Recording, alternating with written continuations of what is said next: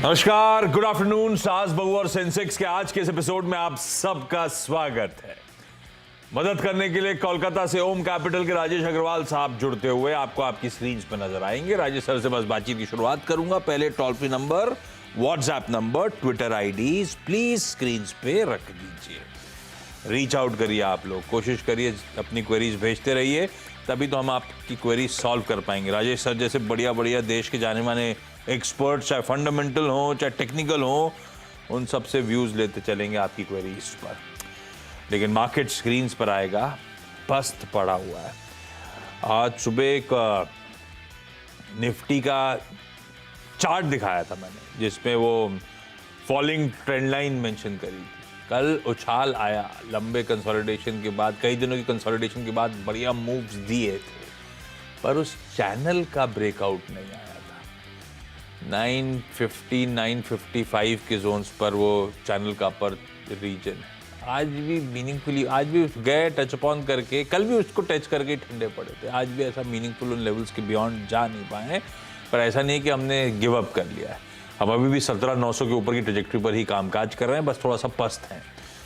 अभी भी room wide open है ईदर वेज के लिए, पर इंटरेस्टिंग जंक्चर। निफ्टी बैंक थोड़ा सा सपोर्टिव नहीं है, 1/4% के हल्के दबाव के साथ इस समय कामकाज करता हुआ नजर आएगा। कल मेंशन हो ही रहा था कि बाकी तमाम पॉकेट्स के साथ लंबे अरसे बाद फाइनेंशियल्स ने एक आउट परफॉर्मेंस दिखाने की कोशिश करी है, तो आज लेकिन थोड़ा सा पस्ती पड़ा है ये पॉकेट। लार्जली मार्केट ऐसे ही है। इवन अभी ब्रेथ दिखा देता हूँ, ब्रेथ शो खत्म करते हुए तो फिर दिखा दूंगा। 1 for 1 का है, इवनली पॉइज्ड है मार्केट। तो इस समय बढ़िया समय है, दोपहर का वक्त भी देखिए, ब्रेथ पॉजिटिव थी, अब 1 for 1 का रेशो बैठ चुका है। यहाँ से सब कुछ इंटरेस्टिंग जंक्चर पे आके खड़ा है। देखते हैं सेकेंड हाफ कैसा पैन आउट होता है। आम तौर पे वेडनेसडे के दिन कल की एक्सपायरी से पहले की प्री पोजिशनिंग प्ले आउट होती है। अब वो 130 फैक्टर प्ले आउट होता है कि 230 फैक्टर, वो तो देखेंगे, लेकिन हो सकता है इंटरेस्टिंग मूव्स के लिए हम पॉइज्ड हो शायद सेकेंड हाफ में। Let's see. खैर, हमने अपने दिक्कत वाले इन्फ्लेशन नंबर्स, हमने यूएस के दिक्कत वाले इन्फ्लेशन नंबर्स सब ब्यूटिफुली डाइजेस्ट कर लिए ब्यूटिफुली, तो ये अच्छी बात। चलिए सवाल जवाब के सिलसिले की शुरुआत कर देते हैं और दिखाइएगा जो जो आज जुड़ने वाला है स्क्रीन्स पे। तो राजेश सर, वैसे उससे पहले ओम कैपिटल की इस समय मार्केट में व्यू क्या बन रहा है?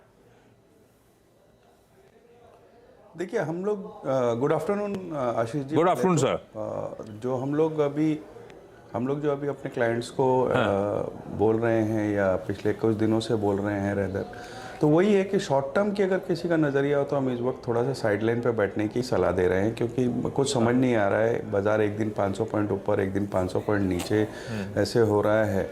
तो जो शॉर्ट टर्म के, बिल्कुल शॉर्ट टर्म के ट्रेडर्स हैं, उनको एक बार साइडलाइन में बैठने की सलाह दी है।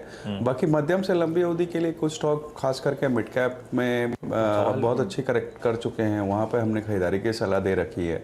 पीएसयू बैंकिंग स्पेस हमें अच्छा लग रहा है, वहाँ पे हमने खरीदारी की सलाह दे रखी है।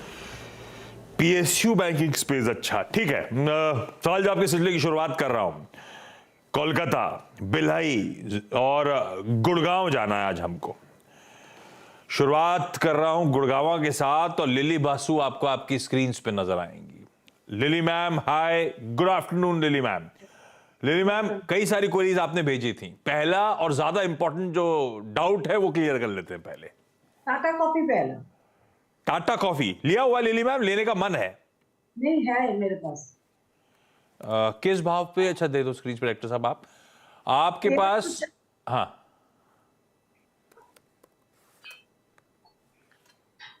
ओके, 1336 स्टॉक्स हैं, 236 की बाइंग है लिली मैम। लिली मैम, ये लॉन्ग टर्म के लिए लिया था या हमने शॉर्ट टर्म ट्रेडिंग वेडिंग का मन बनाया था? ट्रेडिंग का मन बनाया था। और ये तो गिरते ही चले जा रहा है। स्टॉप लॉस नहीं लगाया था क्या आपने? नहीं। क्यों लिया था? आप चार्ट स्टडी करते हो क्या? क्या सोच के लिया था? कुछ भी नहीं, मैं तो जस्ट ट्रेडिंग के लिए किया। अरे कुछ भी नहीं, ऐसे कैसे लिली मैम? पैसा लगा दिया, और वो भी 1300 स्टॉक्स हैं, 1400 स्टॉक्स हैं। वे राजेश सर बस लगा दिया लिली मैम ने, और गिर रहा है। स्टॉप लॉस नहीं है, ट्रेडिंग का मन था। अब ये आप बढ़िया टेक्नो फंडा दोनों देख लेते हो, क्या करूं? ऐसा कोई जल्दबाजी? लिली मैम को टाइम वाइम तो नहीं, अपने को तो मुनाफा कमा के निकलना है, बेसिक आइडिया यही है ना? अभी तो यही सिचुएशन है। हाँ, तो अरे सर कोई टाइम की पाबंदी नहीं, फंडामेंटली अट्रैक्टिव हो तो रख लूंगा। चार्ट्स पे कुछ दमखम नजर आ रहा है, एग्जिट करना है, जो आप बोलोगे वो करना है। अभी फंस गया मामला, 26 रुपए नुकसान में है। देखिए कंपनी बहुत अच्छी है, नो डाउट, अच्छे ग्रुप को बिलोंग करती है, बिजनेस बहुत अच्छा चल रहा है। इस बार मुनाफा दबाव में आया था, इसलिए स्टॉक में थोड़ा सा दबाव देखना पड़ रहा है। बॉटम लाइन करीब करीब 45% डाउन आई थी। लेकिन अच्छी बात यह है कि ब्राज़ील और वियतनाम ने प्रोडक्शन कट करने की बात करी है, और टाटा कॉफ़ी के जो वियतनाम के ऑपरेशन है बहुत शानदार तरीके से चल रहे हैं। पिछले 1-1.5 साल से ही अगर आप देखो तो ये स्टॉक कुछ भी करके नहीं दे रहा है। कारण इसका ये है कि ऑलरेडी मर्जर अनाउंस हो रखा है। 10 शेयर टाटा कॉफ़ी के बदले 3 शेयर टाटा कंज्यूमर के मिलेंगे। अक्सर हमने देखा है कि जिन भी स्टॉक्स में कॉर्पोरेट एक्शन अनाउंस होता है वहाँ मूवमेंट कम हो जाती है, तो बन ही रहे हैं स्टॉक में। आगे जाते हुए आपको टाटा कंज्यूमर के स्टॉक मिल जाएंगे, वहाँ बहुत अच्छी उम्मीद बंधी हुई है, तो बिल्कुल इस बार बने रहने की सलाह रहेगी। बने रहिए मैम। थोड़ा सा इस समय पेन पीरियड से गुजर रहा होगा, लेकिन फंडामेंटली बेहतरीन कंपनी है, होल्ड करना चाहिए। इसमें लॉस में एग्जिट नहीं करेंगे हम लोग। पर ये ऐसे करने का नहीं, बिना सोचे समझे ट्रेड लिया। अगर ऐसे ही पैसा ज्यादा है तो किसी फंड मैनेजर को दे देने का, वो मैनेज करेगा बेहतर आपके लिए। राजेश सर, ओम कैपिटल की कोई ऐसी कोई सर्विस नहीं है क्या? नहीं सर, हम लोग कोई फंड मैनेजमेंट नहीं करते हैं, we are into purely brokerage. PMS भी नहीं है? हम लोग थर्ड पार्टी पीएमएस की मार्केटिंग करते हैं, अपना पीएमएस नहीं है। चलिए तो ठीक है, मैं किसी और से पूछवाऊंगा। ठीक है, लेकिन लिली मैम ध्यान से करेंगे, ऐसे नहीं करेंगे। मैं अगली क्वेरी के लिए आता हूं। भिलाई से नीतू चेटवानी स्क्रीन पे। Neetu ma'am good afternoon. Neetu ma'am, पहला सवाल कौन सा? सर मैंने ओमैक्स लेके रखा है, 94 की बाइंग है। और क्यों लिया था? ये लंबी अवधि के लिए लिया था, क्या रीजन था? सर लॉन्ग टाइम के लिए लिया था। ये ओमैक्स तो रियल एस्टेट वाली है ना? जी जी। ये ओमैक्स का आइडिया कहां से आया? काफी दिन से चर्चा में नहीं आई है, इसीलिए पूछ रहा हूं। ऐसा है कि भिलाई में कोई इसका प्रोजेक्ट चल रहा है क्या? No sir. फिर मूवमेंट देता था, अच्छा देता था, तो मैं सोची ये बढ़ जाएगा तो निकल जाऊंगी, लेकिन ये तो डाउन मार लिया। बढ़ जाओगे, डाउन मार लिया, और ये डाउन मार ही चले जा रहा है। भाई ये राजेश सर, ये बेसिकली ट्रेडिंग वाला मन यहाँ पे भी था, बस हम कूद गए बिना स्टॉप लॉस के, और कोई ऐसा कोई लॉजिक नहीं था। उस टाइम पे मोमेंटम पकड़ा हुआ था, हम फंस गए ऊपर की तरफ। अब ये 75 वाला 60 के नीचे चल रहा है, और मैं ऐसे ही देख रहा था, ये दरअसल 100 वाला गिरते गिरते गिरते 60 पे आया है। इस तरह से लगातार कमजोरी बनी हुई है ओमैक्स में। जिस भाव पे निकल जाऊं, या आपका व्यू कुछ और है? देखिए दो चीज़ें, एक तो जहाँ भी आप मोमेंटम के लिए स्टॉक लेते हो तो कम से कम फंडामेंटल भी चेक करने चाहिए, क्योंकि अगर बाई चांस मार्केट आपके अगेंस्ट में गया और आप फंस गए तो एटलीस्ट अगर फंडामेंटल अच्छे होंगे तो आपको आज नहीं तो कल निकलने का मौका मिल जाएगा। दूसरे, जैसे आपने कहा, स्टॉप लॉस लगाना चाहिए। मैंने कई बार आपके शो में ये लगातार कहा है कि खुदरा निवेशकों के लिए real estate as a sector बिल्कुल भी उचित नहीं है, कई तरीके की दिक्कतें रहती है। खास ओमैक्स की बात की जाए, रियल एस्टेट और इंफ्रास्ट्रक्चर की कंपनी है, लगातार कई तिमाहियों से लॉस डिक्लेयर कर रही है, डेट भी बहुत हाई है, साल का डेट कम से कम 100 करोड़ के ऊपर का आता है। तो मुझे नहीं लगता इस स्टॉक में ऐसा कुछ चमत्कार बहुत शॉर्ट टर्म में होने वाला है। कोई मार्केट की वजह से स्पाइक आए तो वो जुदा बात है, मेरी तरफ से ये सेल की कैटेगरी में आता है। तो सर इसको किसमें से निकल के किसमें जाना चाहिए? तो भैया पैसा है, पिछली बार गलती हो गई थी, अब आप सामने स्क्रीन पे बैठे हुए हैं। अब यहां से अगर निकलना ही है तो बढ़िया पैसा डलवा दीजिए कहीं पे, जहां से इस लॉस की भरपाई हो जाए, कुछ मुनाफा घर आ जाए।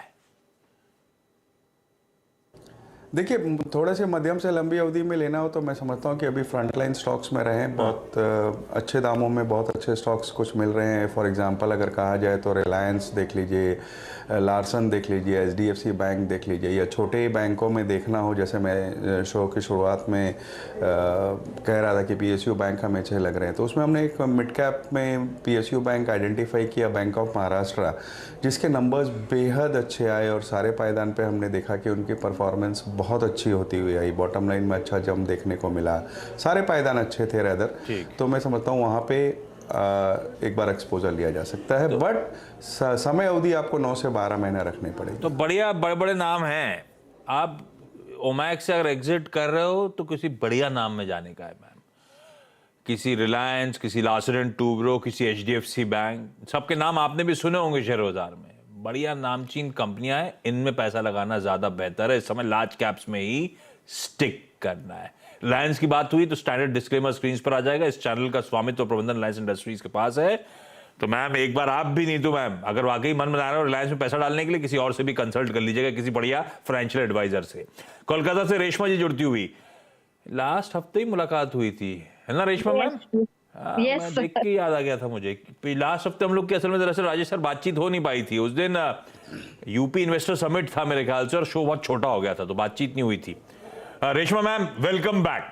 कौन से सवाल रह गए थे? पहला कौन सा मैम? सर एक्चुअली वो पेट्रोनेट एलएनजी लिया था 219 पर दिसंबर में, तो उसके बारे में जानना चाह रही थी सर। उसको मतलब कितना टाइम होल्ड कर सकते हैं? शॉर्ट टर्म के हिसाब से लिया था, पर इसका क्या स्कोप है, कितना टाइम तक रख सकते हैं, या क्या रेट पर निकाल दें इसको? शॉर्ट टर्म के लिए लिया था आप Reshma ma'am. Chart ward study करते हो क्या? सर ये मेरी बहन ने मुझे सजेस्ट किया था जब मैं करना चाह रही थी तो। बहन एक्टिवली स्टॉक मार्केट ट्रैक करती हैं मतलब? हाँ, वो थोड़ा स्टडी करती है। ठीक है, तो बहन ने बोला और कुछ, ठीक है, 2-2.5 रुपए ऊपर ही चल रहा है, पर वो शॉर्ट टर्म के लिए लिया हुआ स्टॉक है भाई। राजेश सर व्यू है क्या कोई शॉर्ट टर्म के लिए पेट्रोनेट पे, या अदरवाइज? देखिए, 1 साल का टाइम होराइजन हो तो हमारा टारगेट इसमें 260 रुपए का है। 2 गैसिफिकेशन प्लांट है दहेज में और कोची में, दोनों अच्छे चल रहे हैं। 25% के आसपास रेवेन्यू में जंप देखा गया था। कुछ ग्लोबल अनसर्टेनिटीज़ के वजह से शॉर्ट टर्म में दिक्कत हो सकती है, लेकिन डील साइज़ बहुत अच्छी है, कॉस्ट ऑप्टिमाइजेशन चल रहा है, नई कैपेसिटी एक्सपेंशन हो गई है। इन सब चीज़ों के मद्देनज़र आगे आने वाला दिनों में भविष्य अच्छा नज़र आ रहा है। बट आपका चूंकि शॉर्ट टर्म का नज़रिया, मैं कहूँगा आप 207 रुपये का स्टॉप लॉस लगाएं और कैरी करें पोजीशन को।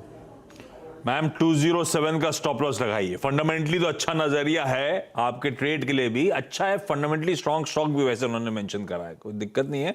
फंडामेंटली पसंद आता है। 207 का स्टॉप लगाइए, शायद 260 तक की तैयारी कर रहा है। लिली मैम अगला सवाल कौन सा टाटा कॉफी के बाद? Chemplast, केमप्लास्ट, कितने स्टॉक किस भाव पे मैम और क्यों लिए थे? ये ऑल आर मैंने ट्रेडिंग के लिए लिया। केमप्लास्ट ट्रेडिंग के लिए लिया? अरे बाप रे, 750 पे लिया था, 550 के नीचे चल रहा है। अरे लिली मैम ये तो गड़बड़ हो रहा है। सेबी की एक स्टडी बता रही थी कि हम रिटेल सब गवाते चले जाते हैं। मैम ऐसे नहीं करने का। ये फिर आप ये कुछ स्टडी नहीं करा फिर भी ऐसी घुसे। पैसा ज्यादा आ गया लेती मैम के पास। सीएनबीसी और सुबह से शाम तक वही देखती हूँ। पर केमप्लास्ट तो किसी टेक्निकल एनालिस्ट रिकमेंड नहीं करा होगा, और अगर करा भी होता तो स्टॉप लॉस दिया होता। आपका जो शो आता है उसी में देख के मैं खरीदती थी। हाँ, और कोई भी एनालिस्ट अगर बताएगा तो स्टॉप लॉस जरूर बताएगा। ये तो 200 रुपए उड़ गया है। स्टॉप लॉस बोला मैंने, स्टॉप लॉस लगाया। हाँ, ये गड़बड़ हो गया है बहुत ज्यादा। राजेश सर केमप्लास्ट 200 रुपए उड़ गया है मेरा। देखिए, जो हो गया है उसके तो अब कुछ भरपाई की नहीं जा सकती है, बट मुझे लगता है जो भी नेगेटिव्स थे ऑलरेडी डिस्काउंट हो चुके हैं। 88% के आसपास बॉटम लाइन में ड्रॉप देखी गई, जो प्रभाव हम प्राइस पे देख रहे हैं। बट 1068 टन की इनकी इंस्टॉल्ड कैपेसिटी है होसुर में, जो कि फर्स्ट फेज़ ये उम्मीद की जा रही है कि सेकेंड क्वार्टर FY24 का जो है वहाँ पे चालू हो जाएगी। तो कहने का मतलब है कि 6-7 महीने लगेंगे अभी इनको नई प्लांट के फर्स्ट फेज़ को चालू होने के बाद। उसके बाद हमारी उम्मीद है कि FY24 के अंत तक सेकेंड फेज़ भी चालू हो जाएगा। उसके बाद परफॉर्मेंस बेहतर होती हुई नज़र आएगी। तो अगर आप साल सवा साल रुक सकती हैं तो मैं कहूँगा कि बने रहना। सारे निगेटिव्स अगर राजेश सर प्राइस्ड इन हैं और आप कह रहे हो आपको लगता है 1.5 साल में अच्छे मूव्स आएंगे, तो मेरी खरीद बड़ी ऊपर की है। एवरेज करने का समय आ गया फिर क्या केमप्लास्ट को? नहीं, एवरेजिंग की अभी सलाह नहीं दूंगा जब तक कि नंबर्स में कुछ चेंजेस नहीं नज़र आते हैं, क्योंकि इसी सेक्टर में अगर कहा जाए ये सोडा ऐश और केमिकल्स वगैरह में कहा जाए तो इससे बेहतर ऑप्शंस उपलब्ध हैं जो कि अच्छे सस्ते भाव में हैं, जैसे कि मेक मनी फाइन केम है या टाटा केमिकल्स है। तो मैं समझता हूँ कि अगर नए पैसे डालना हो तो वहाँ डालने चाहिए ना। तो एवरेज इस समय नहीं करना अंटिल अनलेस क्वार्टरली नंबर्स में दम। आप कुछ कह रहे हो लिली मैम? वो डिक्सन का अभी बाई कर सकते हो कि नहीं पूछना है। डिक्सन, लेकिन आपने खरीदा हुआ ये नहीं बताया आपने। मेरे पास क्वेरी जो पड़ी उसमें लिखा है 217 4,444 पे लिए हुए, ये भी ट्रेडिंग वाला था क्या? जी लिली मैम, स्टॉक्स जितने भेजे थे उतने ही हैं कि पोर्टफोलियो में और भी स्टॉक्स हैं? बहुत स्टॉक सब में ऐसे ही हो रहा है क्या? तब 70 लाख नीचे आ गए। अरे बाप रे। लिली मैम, रीअसेस करने का समय है क्या? स्टॉक मार्केट मेरे लिए सही जगह है? मैं पैसे कमाने थोड़ा आई हूं, मैं तो कमाने आई हूं। जी जी या किसी फंड मैनेजर से बात करने का, किसी म्यूचुअल फंड को पैसे दे देने का, किसी पैसा आपके पास बहुत है इसका मतलब किसी पीएमएस के थ्रू लगा देने का। गलती हो गया ना, अब नहीं होगी। हाँ, अब पैसा नहीं डालने का, अब मौका देख दे के निकालना है ना भाई? राजेश सर, क्या करना है? डिक्सन में 4,444 सॉरी, बाइंग का लेवल। देखिए, कंपनी के नंबर्स खराब आए। 15,000 करोड़ की गाइडेंस के सामने उन्होंने 12,700 का गाइडेंस दिया, जो कि गाइडेंस भी कम कर दिया। स्मार्टफोन के एक्सपोर्ट मार्केट में दिक्कत आ रही है। मुझे लगता है कि वैल्यूएशन की बात की जाए तो इतनी गिरावट के बाद भी 65-68 के पीई पे ट्रेड कर रहा है। मुझे लगता है कि ये स्टॉक में कोई भी नया पैसा डालना चाहिए। अब आपका इतना नुकसान हो गया है, बन ही रहे, कोई उछाल आए निकल जाए अलग बात है, बट नए पैसे लगाने की बिल्कुल भी सलाह नहीं रहेगी। एक और क्वेरी थी लिली मैम आपकी, 403 पे बंधन बैंक, वो भी 240 पे आ गया है।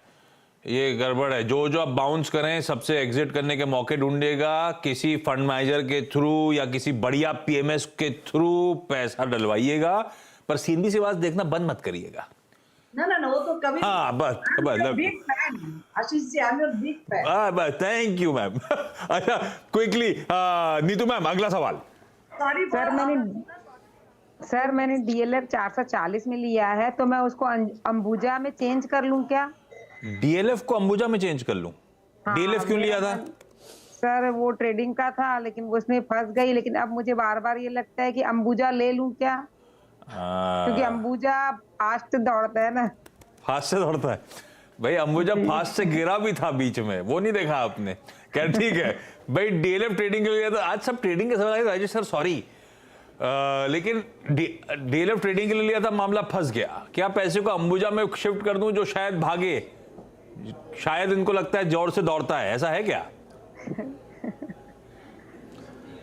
देखिए, जैसे मैंने थोड़ी देर पहले कहा ना कि real estate as a sector खुदरा निवेशकों के लिए बिल्कुल भी नहीं है, दूर रहें, बेहतर होगा।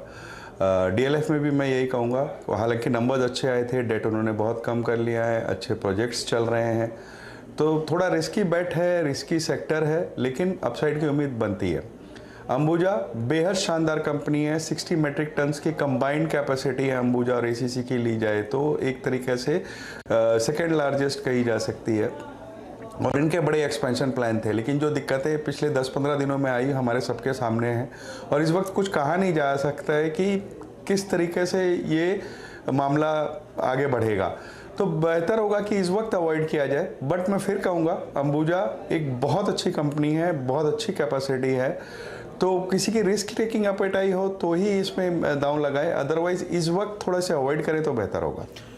तो सर, डीएलएफ को किसमें चेंज करूं कि वो 440 का जो लॉस हुआ था उसकी भरपाई कैसे पूरी होगी, आप तो ये बताओ। अंबुजा छोड़ दो, कोई ऐसा स्टॉक जो सबसे बेहतरीन पिक है इस समय आप लोगों की, ओम कैपिटल की? देखिए, इस वक्त आप डीएलएफ में बनी रहे, कोई उछाल आए तो निकल जाए। इस वक्त मार्केट बहुत लैकलस्टर हो रखा है, तो इस वक्त निकलने का कोई औचित्य नहीं है। मैं यही कहूँगा कि इस वक्त आप बनी रहें, कोई उछाल में निकले, उसके बाद फिर अपने दोबारा बात कर लेंगे।